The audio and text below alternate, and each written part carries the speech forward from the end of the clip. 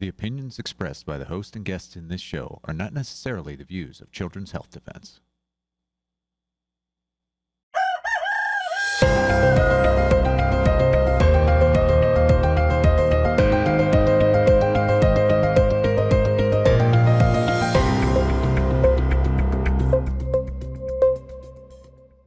Good morning, CHD. It is Saturday, the 15th of August, 2026. And yes, Mary and I have moved our show to Saturday. And tomorrow on Sunday, you will have Pediatric Perspective. So we hope you enjoy us being live on a Saturday. We feel like it's bringing you more up-to-date news at the end of the week. Let's talk about the headlines here. So Brenda Belletti's first article in The Defender, Trump reportedly weighing executive order on vaccines and autism.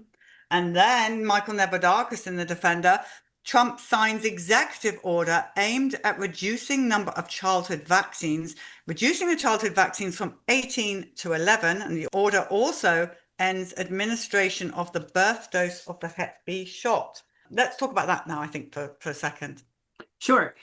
It was a big week, Polly. So on Monday, President Trump, Secretary Kennedy, Director Jay Bhattacharya, Steve Miller, and Heidi Overton, and a mom, Jamie, I don't remember her last name, they were all in the White House, they were all in the Oval Office to talk about this very big executive order that changes, it kind of does what Kennedy was trying to do through ACIP, and then the American Academy of Pediatrics challenged Kennedy, and so things kind of fell silent. So this not only changes the recommendations from 18 to 11, it has much more going on there, Polly. It says that parental choice should be maximized. It says that there are rights to religious and medical exemptions. It says that the Attorney General should be making that happen.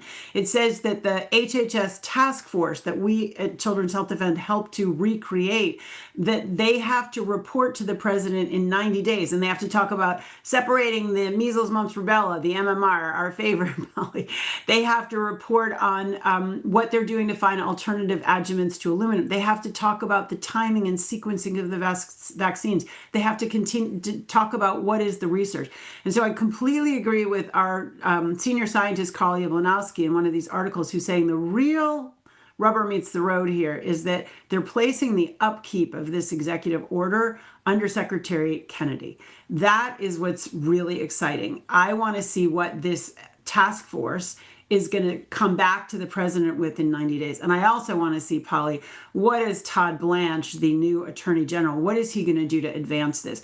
They talked about using financial levers in this executive order. They talked about programming. They could be doing things to the states that will not allow religious exemptions. They could say, we're going to cut off funding. We're not going to give you educational funding. Or they could be bringing lawsuits that this is a violation of the First Amendment, religious rights. So I'm excited. I think that the Fauci emails together with this executive order, in my view, Polly, it has shifted the zeitgeist around vaccines. Now it's mainstream and people are talking about it, and people who before would have said, oh, I'm going to take the shot, Dr. Fauci, there's no problem. Now people are like, oh, wow, there's an issue here. I'm really shocked, though, Mary, to see the HPV Gardasil shot still there. And we know that Secretary Kennedy, because in Vax 2, he actually talks about how dangerous the shot is. I know, Polly. And he was, one of the litigators in the case against Merck on behalf of people who've been injured by Gardasil. He knows that the whole schedule there is a problem. But that's why this upkeep is so important, that in 90 days, the task force has to report back to the president and to Secretary Kennedy. And you and I both know there's major problems in all of this. Of course, it's disappointing. Polly, we have to understand that Big Pharma did not shrink away when Bobby Kennedy was made secretary. They've tried to get him out.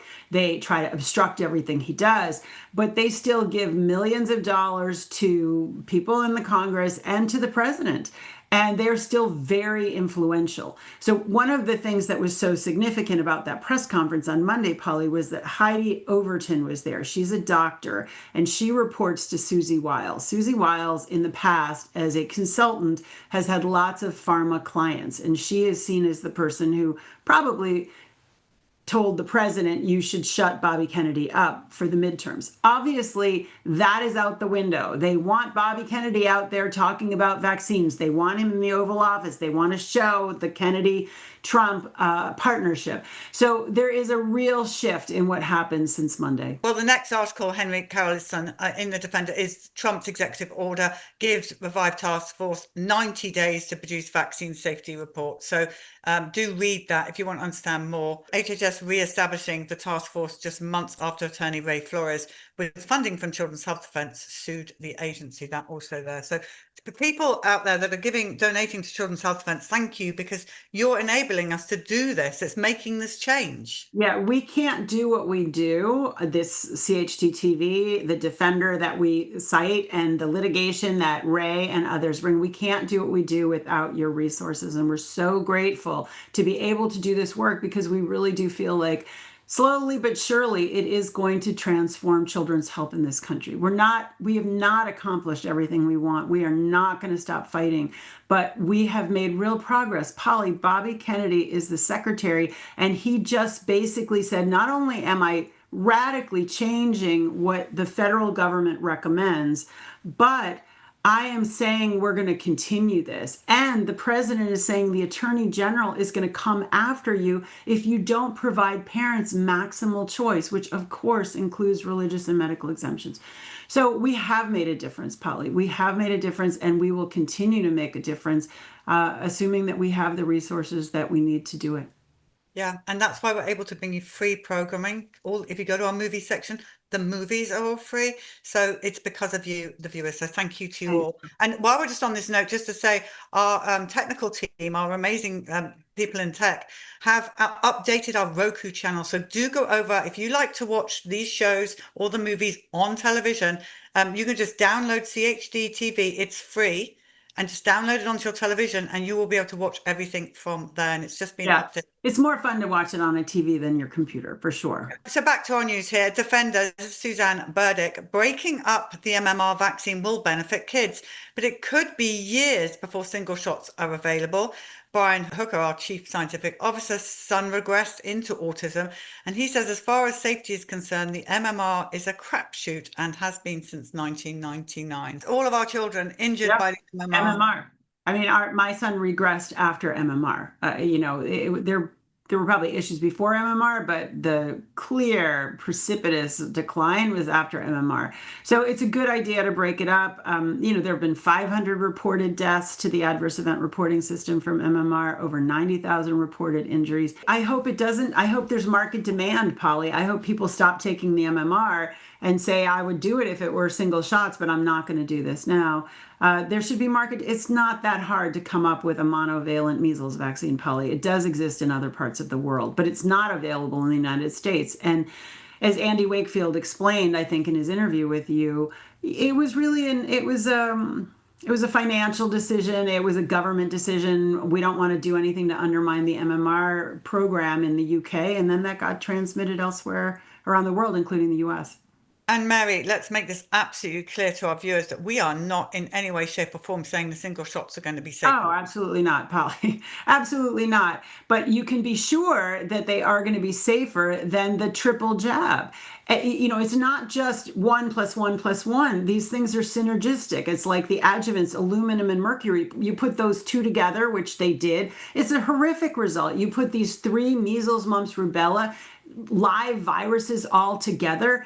Nobody in nature would ever be subjected to 3 viral infections at the same time. So of course it's going to be safer. Is it going to be safe? No, it's not necessarily going to be safe. And I wouldn't give them, but it's going to be safer, Polly. People worried, our viewers worried that these single shots will be mRNA. So there's that's the chat at the moment. Well, we'll talk about that, I think, next, actually. Jill Erzan, Defender, not ready for prime time. FDA approves first mRNA flu shot despite safety concerns. It's for adults age 50 and older. Polly, I wrote a foreword to a book that Doctors for COVID Ethics put out about the mRNA technology. It's never going to be completely safe for everybody, that's for sure. But absolutely, the COVID shots on the market should be removed from the market. They should have been removed. They should never have been put on the market. And these flu shots are going to have exactly the same problems that the COVID shots did. And they didn't even do a unvax controlled trial here, Polly. They compared it against a traditional flu vaccine. Vinny Prasad and Marty Makary, it looks like, left the FDA because they would not sign on to this mRNA flu shot. As Carl Jablanowski, our scientist, points out, in the 24-25 flu season, the traditional COVID shots, in a study at the Cleveland Clinic, had a negative 27% efficacy. In other words, these things give you the flu, Polly. This is crazy. There should not be a flu vaccine. It's bad news. And you're right, Polly, that we should be very concerned that Moderna and other companies like it plan to have mRNA versions of everything on the market now. Candidly, Polly, they're just creating vaccine refusal. I mean, they are creating their own vaccine refusal by just pushing out these unbelievably dangerous, improperly tested products. I mean, kudos to you, vaccine manufacturers, for causing the refusal that you are basically creating. Right. Well put, Mary. Okay, Marianne Damasi, Moderna's mRNA flu vaccine, how FDA hid serious safety signal. When the FDA licensed Moderna's mRNA flu vaccine last week, media coverage focused on efficacy. What received far less scrutiny was a much more serious problem, clear regulatory malfeasance. Yeah, it's regulatory malfeasance. I don't have anything to add to that. We're going to have, as Carl Jablanowski, Jessica Rose, scientists have said in this article, they're going to have exactly the same problems that the COVID shots did, and they're going to have to answer questions how this got on the market. And sadly, Polly, I do think there's a connection that, Big Pharma put a lot of money into this administration. I think there's horse trading going on. Politics is a strange, there's strange bedfellows in politics. And so we have at the same time this executive order for the MAHA people and the Moderna flu shot for the pharma people. And we have the glyphosate ruling, decision from the Supreme Court and food safety from Kennedy. It's bewildering. It's schizophrenic, Polly. But I take the wins, and it means we have to keep fighting. Okay, Nicholas Hulcher here on focalpoints.com. Gates Foundation funds first ever creation of 16 synthetic viruses using AI. The barrier separating digital AI output from an operational biological agent has now been crossed. It's a bit scary, Mary, to be honest. Very scary. This is an article that's published in Science, Polly, the premier scientific journal in the world. The Gates Foundation also has funded a lot of this bioweapons research. As Nick Hulcher says here, an epidemiologist, this is just an invitation for bioterrorism. It's really frightening. Okay, Brenda Belletti here. Did Fauci and other top NIH officials shut down inquiries into COVID vaccine injuries? Yes, is the short answer, Polly. They absolutely shut down real inquiry. So this is very interesting. ICANN received new Freedom of Information Act emails between Dr. Fauci, Dr. Collins, the head of NIH, Tabak, the deputy director, and a guy who's head of the Koroshitz, the head of the the stroke unit, the neurological one. And basically, this Dr. Nath was doing studies on early people who formed React-19. So they were patients of Dr. Nath at NIH. And Dr. Nath wrote a paper on 24 subjects, and he said early treatment is essential. And basically, there's this dialogue between Fauci and Collins and Tabak of like, I don't know why Walter doesn't shut this down. And, this is just going to feed vaccine hesitancy. And perhaps as a result, I would argue, likely as a result, Nath never published the study, and he only put it in a preprint very quietly in 2022. And it's deplorable, Polly. It's really despicable. People lost their lives. People committed suicide because they didn't tell the truth and they didn't tell people. There's never been accountability. And again, it's Dr. Walskog saying they're creating the distrust. They're creating the hesitancy. Is Dr. Hertz, Denise Hertz, an early doctor who was injured by the COVID shot. It's shameful. There needs to be a reckoning, and I couldn't agree more. Brenda Belletti here. HHS turns over copy of Fauci's iPhone to Senate committee investigating COVID origins. Information on the phone could provide more details about Fauci's actions during his time as a public health official. More great news, Polly. So this is through Kennedy at HHS. They got the phone, and NIH is part of HHS, and so Bobby Kennedy got Dr. Fauci's cell phone, which has thousands of messages and voicemails on it. And Senator Ron Johnson is now going through it with his investigators with a fine-tooth comb. And that's really good. We need to understand who did what, when, how, why. And we're just beginning, Polly, in my view, we're just beginning to kind of scratch the real surface of what went down. Okay, Fauci raised COVID vaccine miscarriage risk, text reveal. So in January 2021, Dr. Anthony Fauci discussed a theoretical risk of miscarriage following the second dose of a COVID-19 vaccine during the first trimester, but did nothing about it, and people went on to have miscarriages. So this has gotten a lot of publicity, Polly. So, Dr. Fauci was on this email thread with the head of the CDC, Rochelle Walensky, and Vivek Murthy, who is the Surgeon General, saying, gee, maybe there's this problem and there's a cytokine storm, especially after the second one, and there's fever and there could be a problem. And then Fauci gets an email from the creator, one of the creators of mRNA vaccines, this guy, David Weissman, and Weissman says there's really a problem here. And then Fauci says, oh, that's going to create a mess. We have to create other studies that show that he's wrong. And then this guy Weissman, within a year, turns around and says, oh, it's impossible that this can cross the placenta and that this would be a problem. Suggesting to me, Polly, that he was paid off in one way or another. So it's despicable, Polly. It's despicable. They caused deaths of fetuses. They caused enormous injury and pain to families around the world by hiding this truth. BioNTech must release COVID vaccine injury records, German court rules. So the ruling required BioNTech to release 32 types of internal safety, toxicity, manufacturing records, including adverse event records. So there you go, BioNTech. This is really good news, especially in Europe, Polly, which hasn't had some of the uncovering and transparency as we have in the US. There's no Bobby Kennedy equivalent right now in Europe. So this was a lower court decision which got affirmed at the higher level. So BioNTech is going to have to release 32 types of safety data. And Sylvia Barrett, a very important health freedom lawyer in Europe, says that this is a really significant change. 1 in 6 people in Germany reported side effects from the shots. And interestingly, Germany has already stopped recommending the COVID shots to healthy people. So we'll follow that for sure.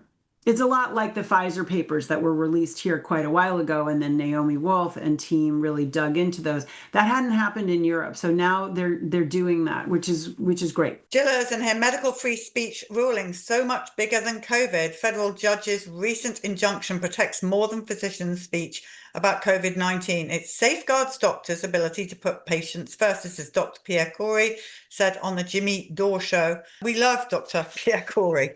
He's one of our doctors. We do. We love Pierre Corey. He was on, and we love the Jimmy Dore show. And they also had Rick Jaffe, one of the lawyers that we work with and love. It's great, So they won a preliminary injunction on behalf of Pierre Corey and a couple other doctors that California can't force them to toe the line on COVID nonsense. And as Pierre Corey says, it's so much bigger than COVID. Medicine could implode if the state can force doctors to toe the line or they lose their license. He said they would have turned them into pill-pushing robots. And Rick Jaffe explains that this turnaround by this court, federal district court in California, is because of a Supreme Court decision, Childs versus Salazar. This case, Corey versus Bonta, had been attached to it, but it was sent back. It sends a really clear signal to California. And it's very nice at the end. Pierre Corey says correctly, CHD won't quit, and we're going to fight. And, we're going to fight insanity at every turn. And that's really what we're fighting, Polly. We want people to make their own decisions, but we can't tolerate insanity. And so much of what's happened in recent years in medicine is just insanity. Right.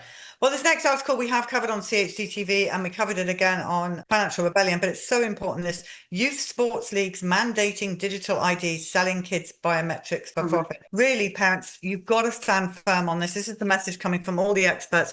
The answer is no, you do not take my child's biometrics, and they are still allowed to play. They can't do this to you.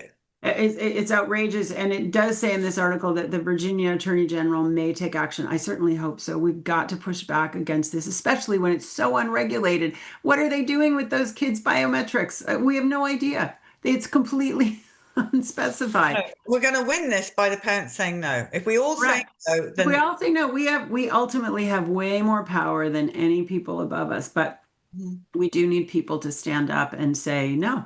and protect children. That's what we're going to be doing. Absolutely. Okay, investigate Midwest. 5 things to know about AI data centers. And I really like this article. It's super easy to follow, and it's a good one to send to people in the family who don't get it. Like, number 1, they use enormous amounts of water. Number 2, researchers know little about water pollution. Number 3, rezoning battles are becoming more common. Number 4, most projects are planned for rural areas. And number 5, AI is expanding faster than regulations. It's good, great article. I'm glad that Defender posted I that. agree. AI centers are a big issue. And one of the things that's exciting about AI centers, Polly, is that it seems to be uniting left and right. They may have different concerns, but everybody's concerned about these AI data centers. And there's 1,500 that are planned around the country. So it's good. There's a lot of resistance to this right now. Parents should not need a chemistry degree. RFK Jr. proposes key food policy reforms. One of the proposals targets the generally recognized as safe, or GRAS, GRAS, exemption that lets food manufacturers determine on their own if an ingredient is safe without FDA review. Yeah, so Kennedy made a big announcement this week as well, Polly, on this change, this updating GRAS, generally recognized as safe, and also a definition of ultra-processed food. And he says, we should be able to have transparency about what's in our food. We should be able to eat real food. And this is really all coming from the grassroots. And Ray Flores, we mentioned before, an attorney on our staff, an attorney that we work with all the time, has pointed out that the GRAS is really serious, right? For people who have food sensitivities, which is almost everybody, if you don't know what's in your food and it's GRAS, you could really have a serious problem, right? If they put some additive in there that you have a severe allergy to, you're in trouble. And so what Kennedy has done here is to ensure that the government, if a company self-certifies we're GRAS, which of course they have a huge incentive to do, the government at least is notified of that. But the GRAS loophole that Kennedy has talked about since he got into office is a big deal, and we do have to clean up the food supply. So much of what's sold, Polly, as food, especially in places like, highway stops and in fast food restaurants, they're truly food-like substances. They're not real food. It is just full of chemicals that may have literally no nutritional value. They may taste good, they may smell good, but they may have no nutritional value. And that's just horrible, because then you're still hungry, and so then it leads to obesity and a lot of other complications. So it's exciting. I think the food, what Kennedy has done on food is very exciting and is continuing. And one of the other things I should mention, Polly, about that press conference where Trump signed the executive order is it made it seem that Kennedy really affirmed that he's going to be there for the next 2 years, 2.5 years. So that's exciting, right? That he's basically committed, like, I'm going to continue doing these changes that brought me here. And Trump specifically, held out his hand to Bobby to hold his hand, a very powerful hand. He's really the man responsible for these changes. So it's exciting. It's not just vaccines. It's not just food. It's not just reorganizing the HHS. It's really all of those things. And I do think that within the next 2 years, we will see a difference in America's health. We will. Yeah, well, now listen, everybody, we want to talk about CHD in DC. It is the 17th, Thursday, 17th of September 2025 in Washington, D.C. We're going to be having a big Defender dinner in the evening honoring Senator Ron Johnson. And from CHD, there's going to be a lot of staff there, including Mary Holland. I'll be there. Brian Hooker will be there. And Lou, behind the scenes Lou, if you want to see the real face of Lou, he's going to be there. We're going to be streaming it live from there, but we want to see you in person. Michael Caine and I talked about earlier in the week, in the old days, we used to bunk up. We used to get together with some autism mothers and share hotel rooms, and it was a lot cheaper. So do that as well. It's a really important event for us to all be together. And CHD in DC, it's very important, Mary. I mean, we were there in June and we're going to be there again. Yeah. We're not going to give up. Well, I think, as I said, there's been a shift in the zeitgeist. So we are now embraced by people in the Senate and by people in the House of Representatives. That never happened before, Polly. So this is exciting, and we want to showcase the good work that Senator Johnson's doing, that Senator Rand Paul is doing, that Representative Paul Gosar is doing. We also are going to have a really interesting media panel, Polly, to talk about this post-COVID environment in the media. There's still censorship, but it's not like it was during COVID. The mainstream legacy media continues to go down because they continue to lie about really important things to people. So we're in a very new media environment, and we want to talk about that. And we have some terrific speakers who are going to come and talk about it. And of course, there's networking opportunity. And then the Defender dinner on Thursday night is to honor Senator Ron Johnson, who's done such important work in talking about what happened during COVID and getting Dr. Fauci under oath, and and Rand Paul. But the dinner will be to give an award to Ron Johnson, and we would love to have you there. We would. It'd be very exciting to meet you. I love meeting our viewers. Absolutely. And also just say, if you have a story of any kind, anything that's going on in your area that you feel Children's Health Defence needs to know about, do contact us at CHD TV or the Defender, or just use the general helpline at CHD and it'll get to the right person. But you are the investigative journalist on the ground to bring us the real truth about what's going on. Data centres, school issues. We want to hear it all because you are the truth on the ground. We trust you. So do contact us on that. And now, so tomorrow, Paediatric Perspective with Dr. Paul Thomas, and then Monday, Isabella Yoni is going to be opening the first half of the show. She's going to be talking about folic acid. She's got someone on to talk about that and how it's being snuck into everything, especially in the UK. And then the next segment will be on miscarriages and vaccines. And so they're going to be covering that. And after that, I will be on with Kim Mack-Rosenberg talking about health centres at schools. Most parents don't even know they exist. So Kim Mack-Rosenberg is going to be warning you all about that and making sure that you know what you're sending your child into. So it's going to be a great show on Monday. And we are now playing MMR stories, because this is the subject at the moment. To back up how dangerous the MMR is, we are going to be showing you what happens when the people that came to us on the bus or CHGTV took the MMR, and see for yourself what you think.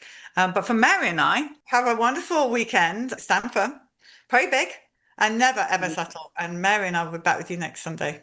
Thanks, Polly. Thanks, everybody.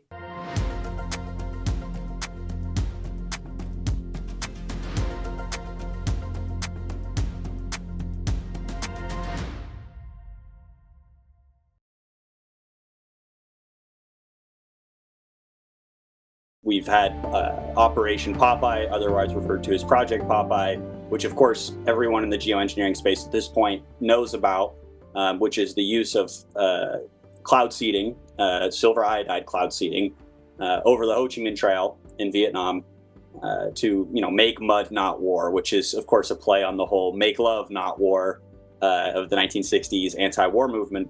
Inside the squadron, the rainmaking operations were codenamed Motopool. The aims of the operation were to soften road surfaces, making them difficult to traverse, trigger landslides along key roadways, wash out river crossings to hinder movement, and to keep the soil saturated for extended periods, prolonging the logistical nightmare.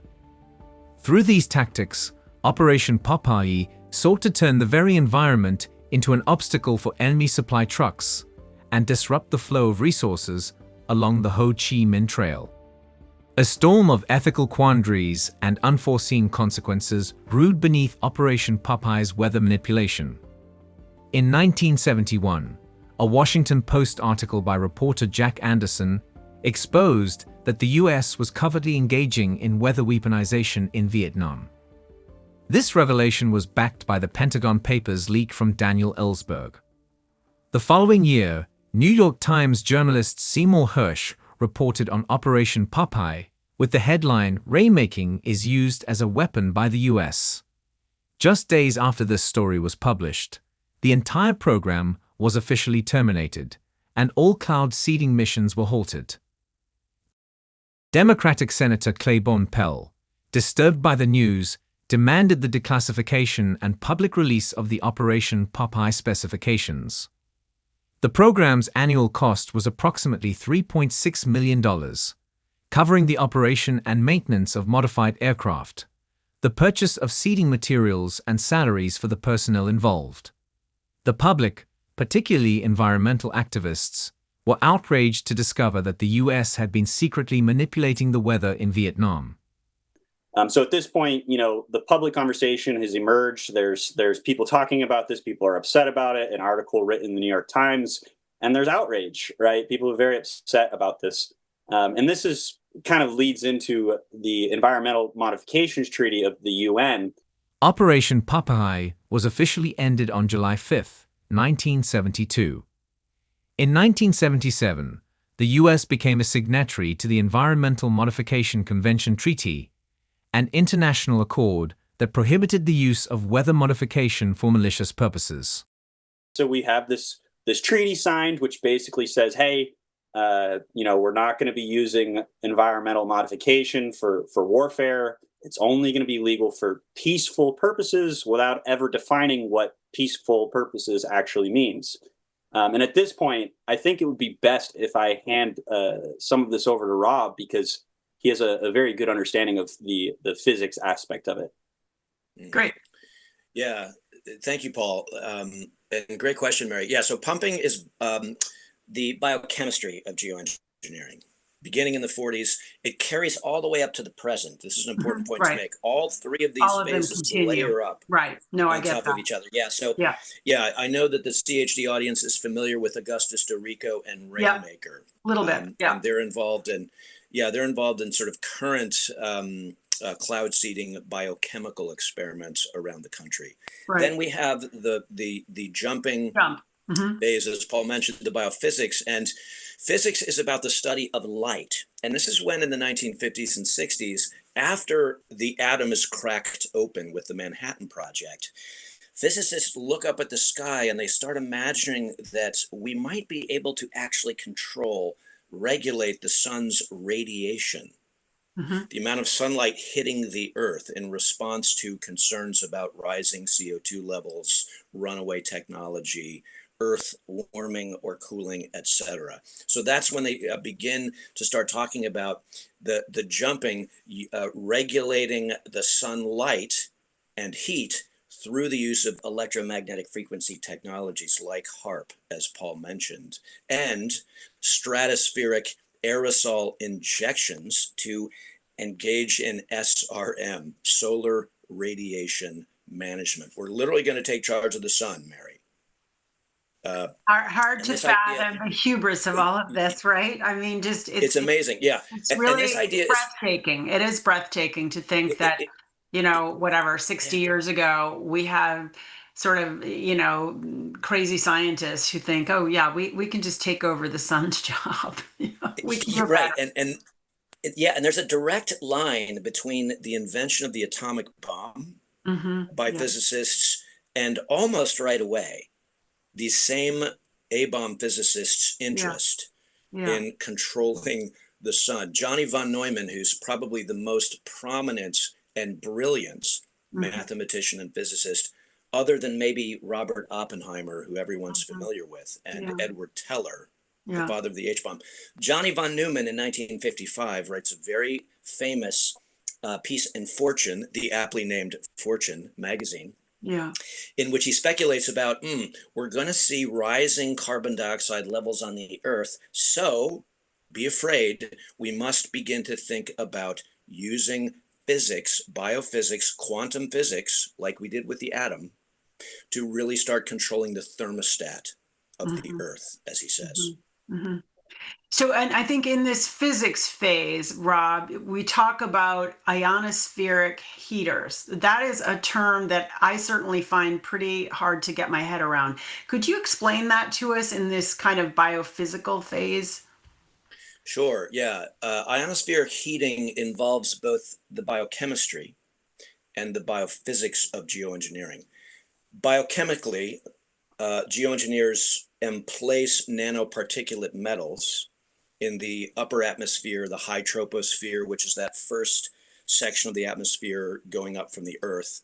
And then above the troposphere is the stratosphere, stratospheric aerosol injections, and place nanoparticulate metals, yes, biochemistry, and then direct electromagnetic frequency technology, laser beams, essentially, I'm simplifying a little bit, but at those nanoparticulate metals and placed in the atmosphere to try and steer weather around, to try and manipulate the weather and thus the climate. So that's really what ionospheric heaters are all about. And we have to remember too, Mary, there's this beautiful relationship between the sun and our Earth.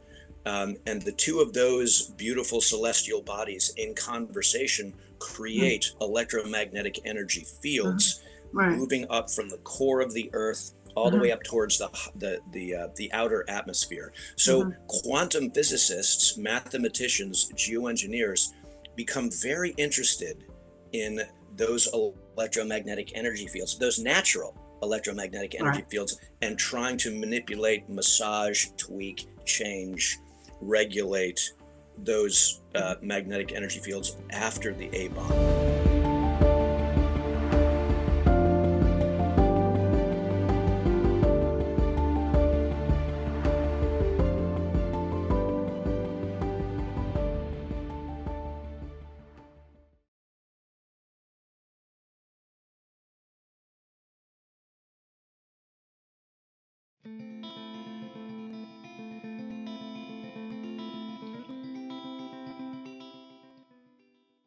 Okay, so first off, if you can tell us your names. I'm CJ Young. And I'm Andrew Young. Okay, and how many children do you both have? 2. And how old are they now? Adam is 22, he'll be 23 in August, and Aaron has just gone 20.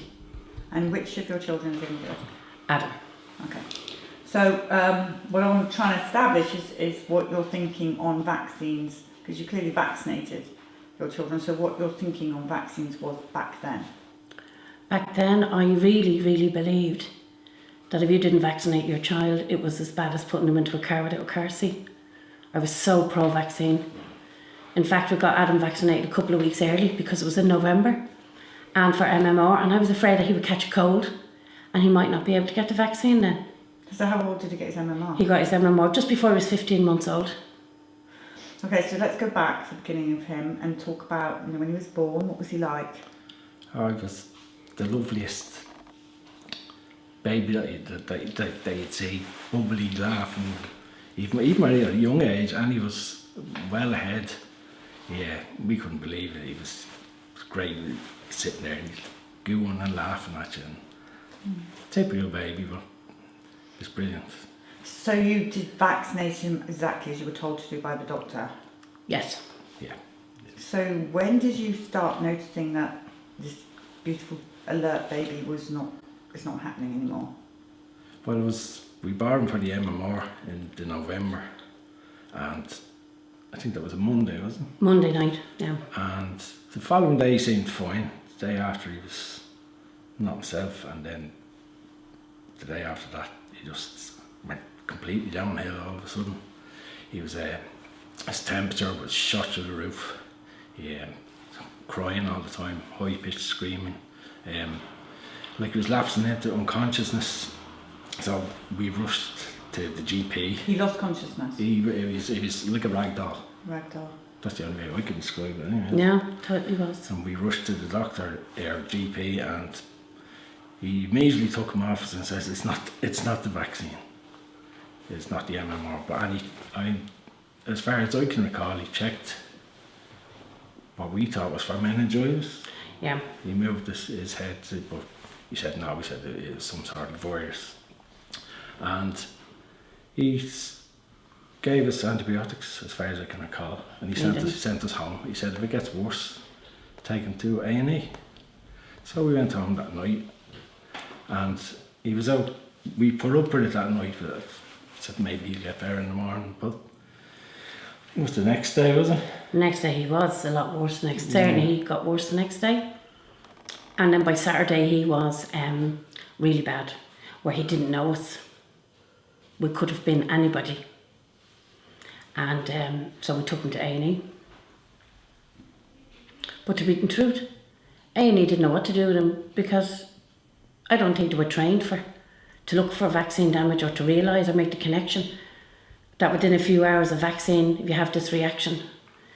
And I remember my thoughts at the time being, like, this is my baby. This is not about whether you think it's vaccine or no vaccine. It's about money or doctors or power or knowledge. I am not medically trained, neither is Andy.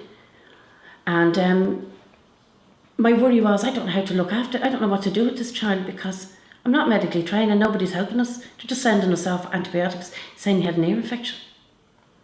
So they gave him antibiotics? Yeah, and said it was an ear infection. And I actually have it written down. The doctor wrote it down on the thing that was ear infection. But did you explain that he was floppy and lifeless? Yeah. But we carried him in like that, Yes, borne we him did. up and lying in my arms, and they opened all the windows. They opened all the windows took of the all hospital. Took all his clothes off, and he sort of livened up a little bit, and they told us it was a virus and sent us home. We didn't know that. We took their word that, yeah, he's going to be okay. So, and I think he was 5 days, he lay on our sofa. And all I can describe it as he was lapsing in and out of consciousness. His cousins came into the room down to visit him, and he didn't know who they were.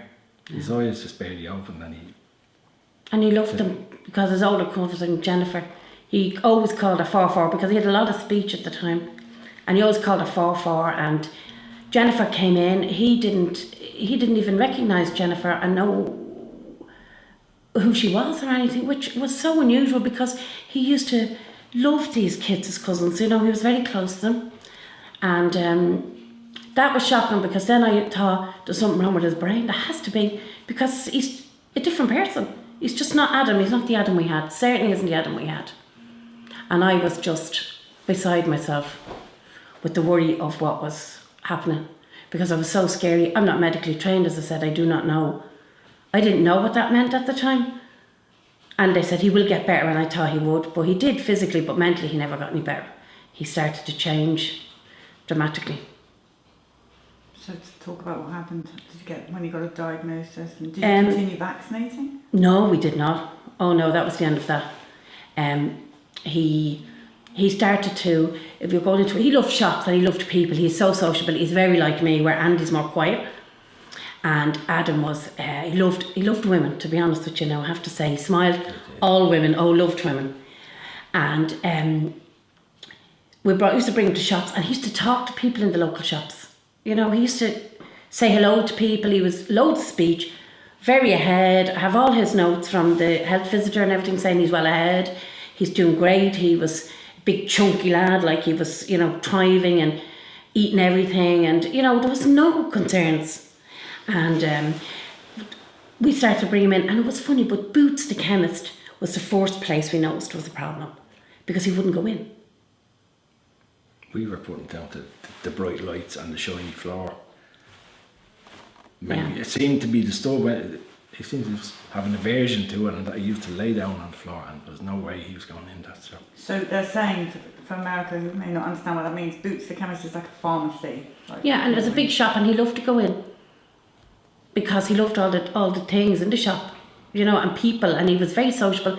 We brought him everywhere with us, absolutely everywhere, because he was our only child, and we were so delighted to have him, you know, and we were just so. We were devastated. We really did not know what to do. So he was your eldest? So he was your He's our eldest, yeah. So we weren't, I said, no, absolutely not. I knew what had happened because it had been so acute. It had been so nasty a reaction. It had been so quick it took him down. And Adam was a big, fine, big lad, like a big, heavy lad. He was a big, you know what I mean? He was a big baby. He was, do you know, and I'm thinking, this can't be happening to us.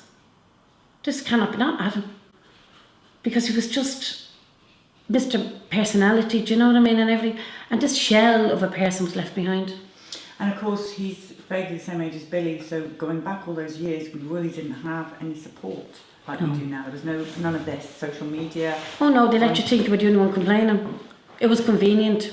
And then when the bowel problems kicked in, the GP said, oh, it's his back teeth. It's just what? Back teeth. He's getting back teeth. That's what's causing. What's back teeth? You know, all the big ones. Oh, back teeth. Yeah, that's what's causing him to have diarrhea. Really? I questioned, was he a celiac? I said, is he a celiac? Because that's funny stools. They were funny colour, and smelly and... So you had the bowel issues? Yeah, and I said, is he a celiac? And he said, no, he's not celiac. That was the first of the things, was the boot and then the diarrhea. The boot and then the diarrhea was another factor, yeah. And gradually we started to notice his speech dropped off. Yeah. He had lots of speech, and then it was a case of within months, it was sort of typical taking you by the hand, bringing you to the fridge for what you would normally say was Coke or milk or whatever. And then it just went downhill from there. Yes, it And what did. about family members? They were shocked. Absolutely devastated. Absolutely devastated. And then people start saying, well, I'm not going to vaccinate, I'm too afraid, because whatever has caused this in Adam could cause it in anybody else, because we don't know what the factor is. They were thinking there has to be a common denominator here. So they stopped vaccinating Yeah, because of what happened to your son? yeah. Not because of Andrew Wakefield, because of what happened to your son? What happened to my son? Oh no, Andrew Wakefield, I hadn't even heard of Andrew Wakefield. Had we have done, it may have been a different This was in story. 1995, you see, the end of 1995. Because Adam was born August 94. And this was the November, December, January, coming into January 96. I hadn't heard of Andrew Wakefield. I didn't know who he was. I didn't know anything about this. I just went along my own little life with our jobs and our child and our house, and we were quite happy, little family unit. We didn't know. So then when did you have your next boy? Aaron was born 6 weeks premature. And how long after? 2.5 years. Did you vaccinate him? He got some early ones because I didn't realise at the time that could be other ones. I thought it was all MMR, to be honest. He got some of them, not them all. And he got no MMR or anything. And how's he? He's absolutely fine. He's 20. He's a student, and he also works, and he is an actor in his spare time. And he just, if you were to say to me, could you design a brother for Adam? I wouldn't have been able to design anybody as perfect as Aaron. They absolutely love one another, and Aaron is his number one fan. In fact, when they were in the schools vaccinating, Aaron said, I'm not getting vaccinated because my brother is damaged. How did that go down? Like a lead balloon. But anyway, he didn't care. Aaron is quite confident and able to say, no, my brother's autistic. We love him. My parents adore him, but they don't want this to happen to me. Explain some of the things that vaccine injury kind of does to a family, as when the diarrhea and all the other symptoms that go with MMR damage or whatever vaccine it is. Well, it devastates you because we absolutely adore Adam. He's the apple of our eye. We absolutely are his number one fan. We just love him. We think there's nobody like him. And his brother is amazing.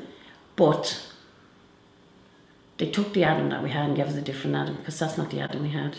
I mean, I remember one time, Adam was very funny. Still is very funny, but was really funny. And we were in bed and Adam was in the cot beside us, and he was trying to get our attention, and Andy said, don't even pretend to be awake, because he'll know.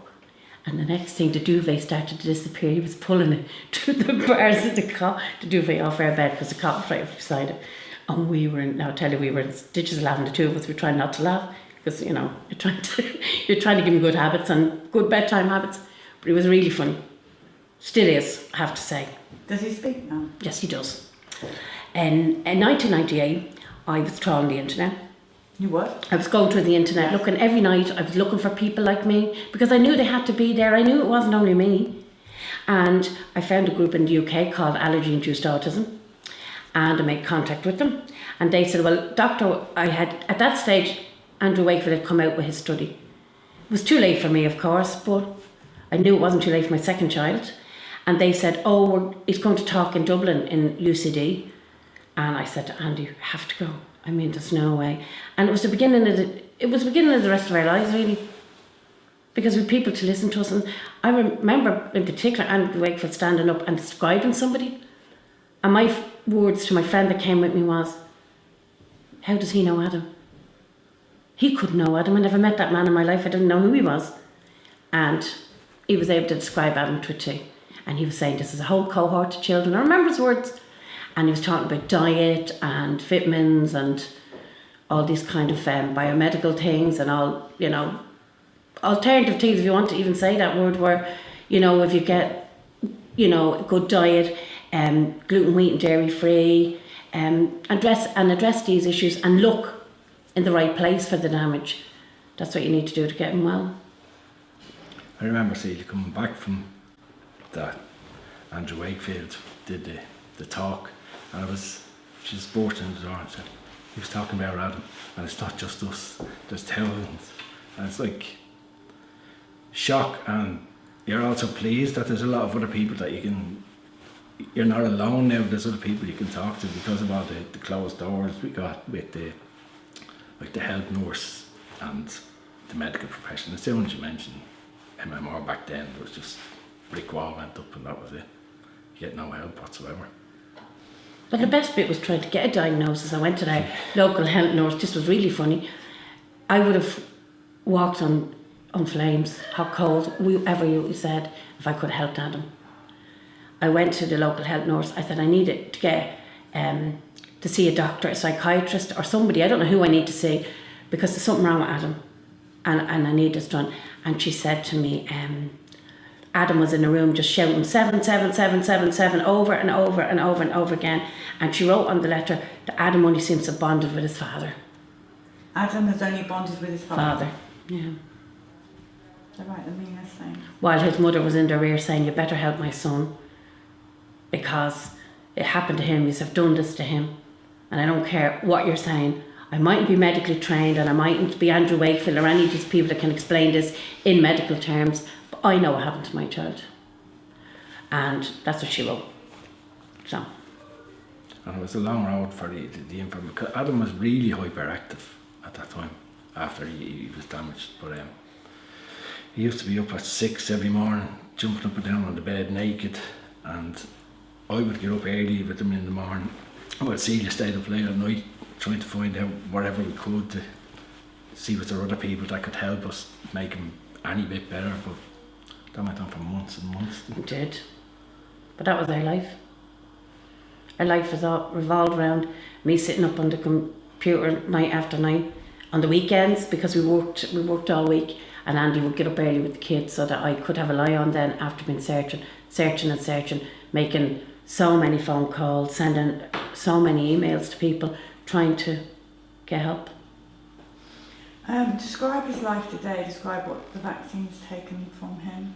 Well, in one way, Adam is very well on his diet. He's on the gluten, wheat and dairy free diet still.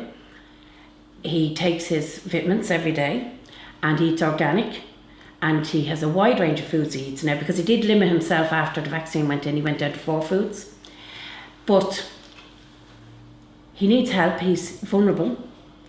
His life shouldn't be as it is. We're happy that he's come to this point, that he's a good bit better than he was, but he shouldn't be like this. Adam should be like any other lad coming up to 23 with opportunities for college, but he didn't have them opportunities because he was damaged. And so... What does he do during the day? He's in a government thing called WALK. It's an association, WALK is an association where you can go, people with mild general learning disabilities, autism, whatever. You must be able though, because you have to travel, and they do a program where it's called Real Life Skills, and it's a 3-pronged approach. It's education, work, and it's recreation. So he has a full timetable where he goes out and meets his friends, and he goes on different courses. He's on writing courses, he's on job shadowing, he does work experience. But it shouldn't be his life. He should be in college like my other son. What about his future? You worried? Very worried what's going to happen when we die. We're trying to put plans in place so that he will have somewhere to live. I'm blessed to have a very large, very supportive family. His cousins, even the 4 Fords, I used to call her Jennifer, biggest fan of Adam, will always be around for Adam. And we need somebody that's going to keep an eye on Adam to make sure that he doesn't end up in an institution or anything when we're gone. How do you feel about the fact that now, through social media, and you know that there are so many vaccine injured people and families around the world? How do you feel about the fact that you essentially were lied to about the safety of vaccines? It's awful. I can't believe this. people that are supposed to help people. And I mean, the first thing I'm often reading about medical people, doctors, surgeons and all this, are forced to do no harm. But they do harm, and then nobody believes that it's harm. They think it's okay. They're dishing out vaccines like it's a vitamin tablet, do you know what I mean? Like it's vitamin C.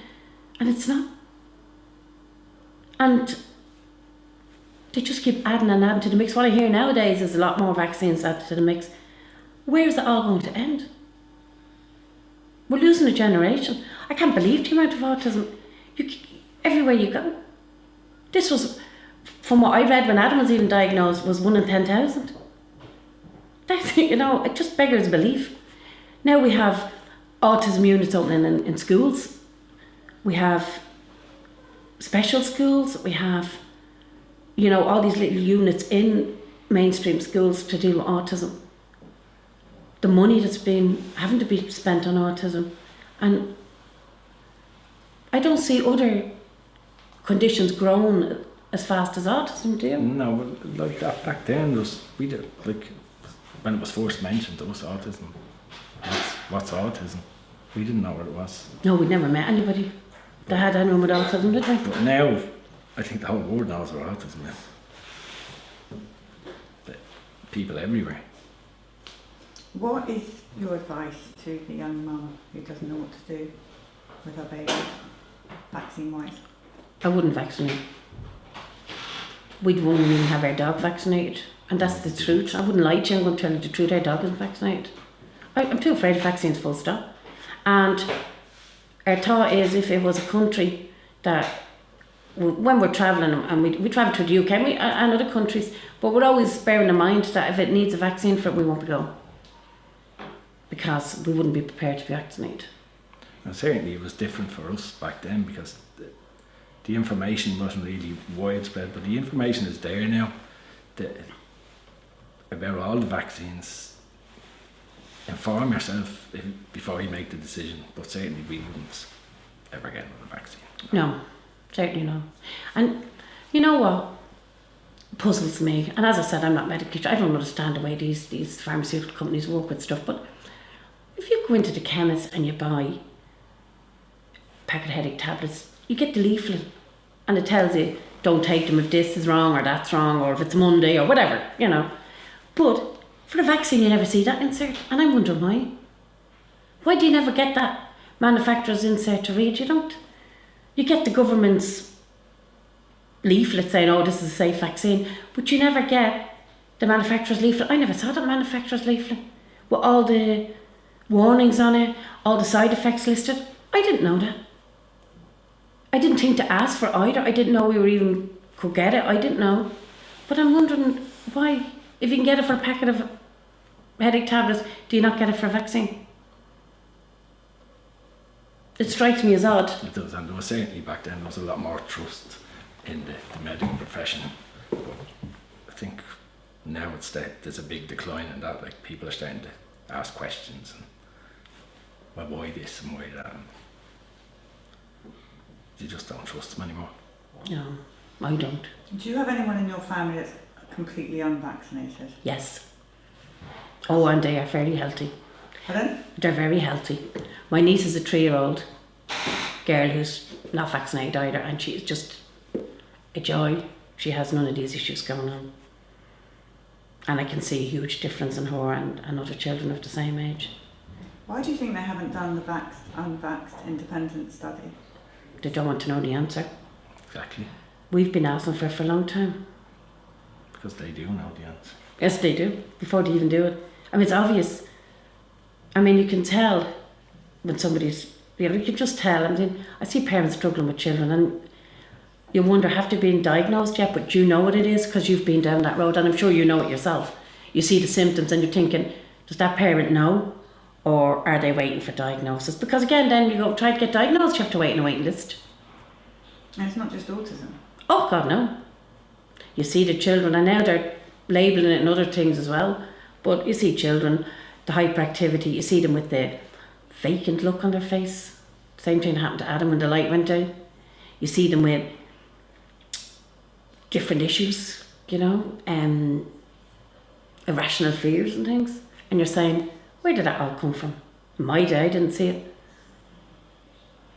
So I don't know. I would just say to people, just be very careful, because the most precious thing is your children. Is there anything else you guys want to say to the people? Well, the only good thing we can talk about coming of all of this is we met some wonderful people. But apart from that, it's opened our eyes to a lot of things, because it's not, you start asking questions about a lot of things.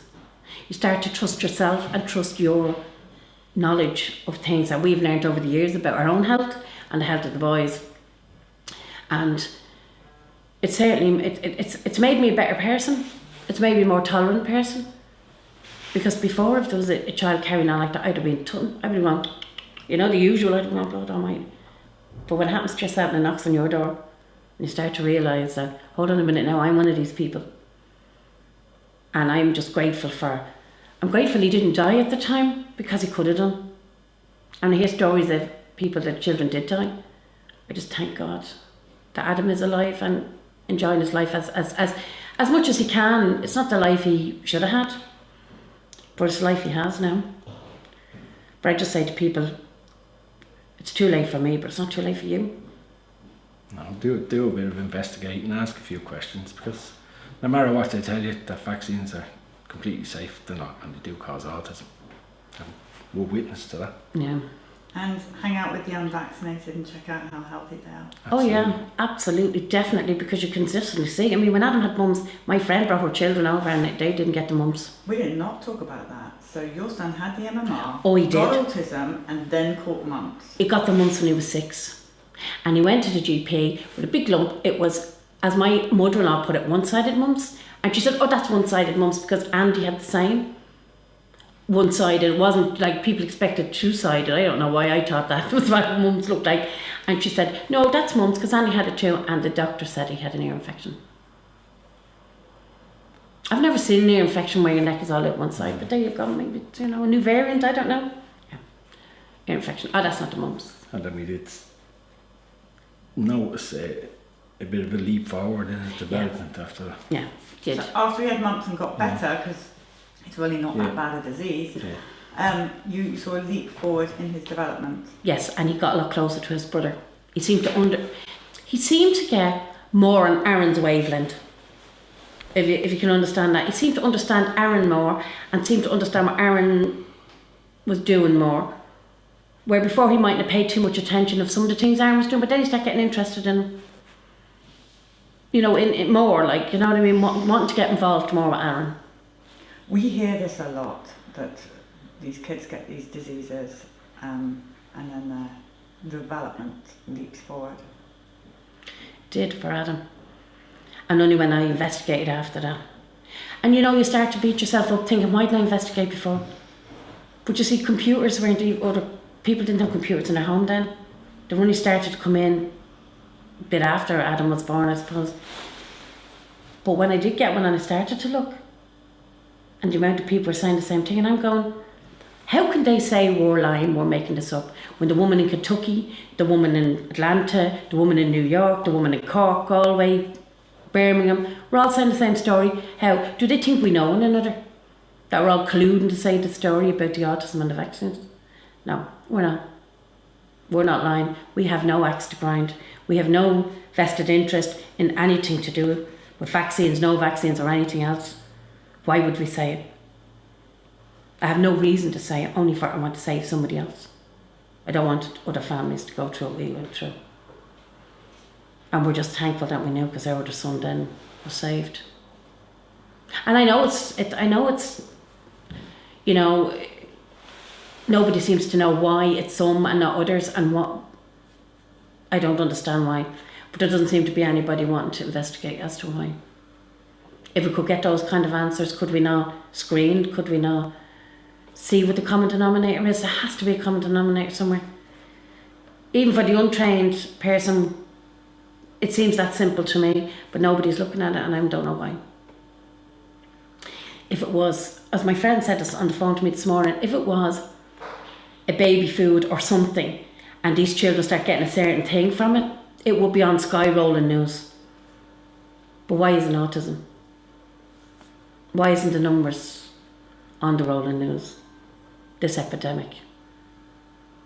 They're talking about, I was looking at the Vaxxed movie last night, we were there, and it had about, in America, you see it on the different news channels in America, oh, there's 47 cases of measles, oh, there's an outbreak of measles in Florida in Disney, and all this, 64 cases, or 664, whatever the number was, cases.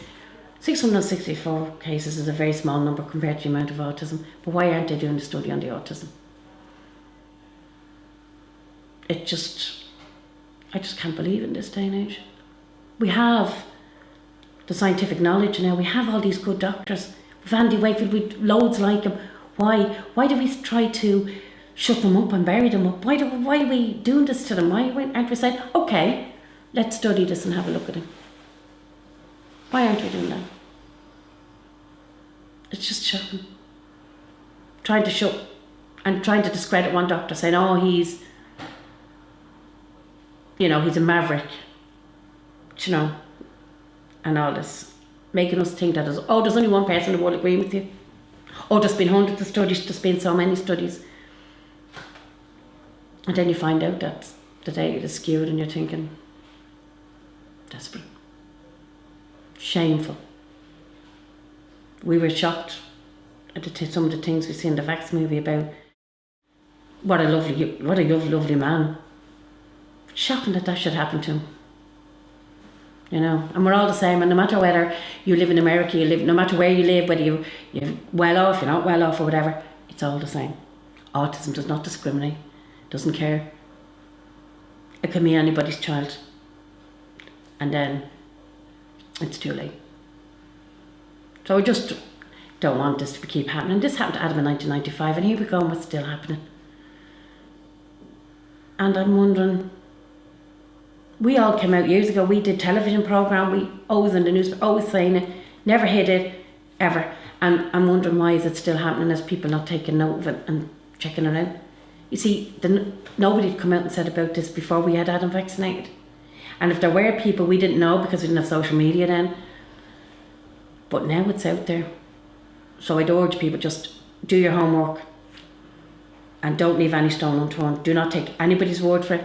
On both sides of the debate, please check everything out. I mean, they must wonder why it's getting more frequent in the news these days, autism, vaccines. I mean, as we were saying for years, you can only brush so much dirt under the carpet before somebody falls over it. Like, the truth is going to come out. Yeah, definitely will. Well, thanks to people like you both telling your story, it is already coming out. So thank you both so much. You speak about it so well. Well, it's just been our lives since 1995, since it happened to Adam, and we didn't know this, like we didn't know any of this. It just happened to us. We had to upskill very quickly because we didn't know what to do with a child that just ran around the house naked. We've never seen anybody doing that before.